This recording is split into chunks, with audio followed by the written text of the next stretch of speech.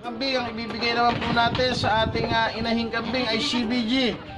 Bibigyan ko siya ng 5 ml na CBG na calcium, pampalakas ng kanyang buto, at including doon ay makapag-produce din ng magandang gatas ang inahing kambing. So ito po, ibibigay natin 5 ml. Ito po yung inahin.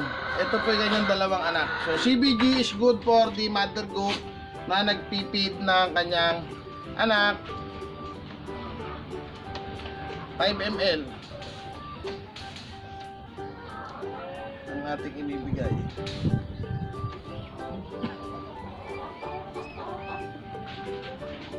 Ayan, 5 ml po. 5 ml para po sa inahing kambing na nagpapadede, para lumakas ang kanyang buto at ang gatas na rin.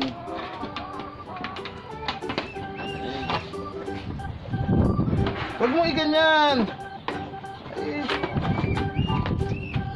Ito po, laman pa rin yan, oh. Yan po, dyan sa part na yan, bibigyan siya ng shot. Ito po, malaman. Huwag dito, malited. Dito, mabuto.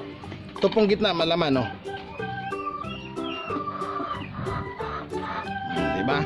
Malaman po yan. Okay. Ito po ay possible buntis. Bibigyan din natin yan ng CBG. Buntis po yan. Dahil nabulog na yan 2 months ago.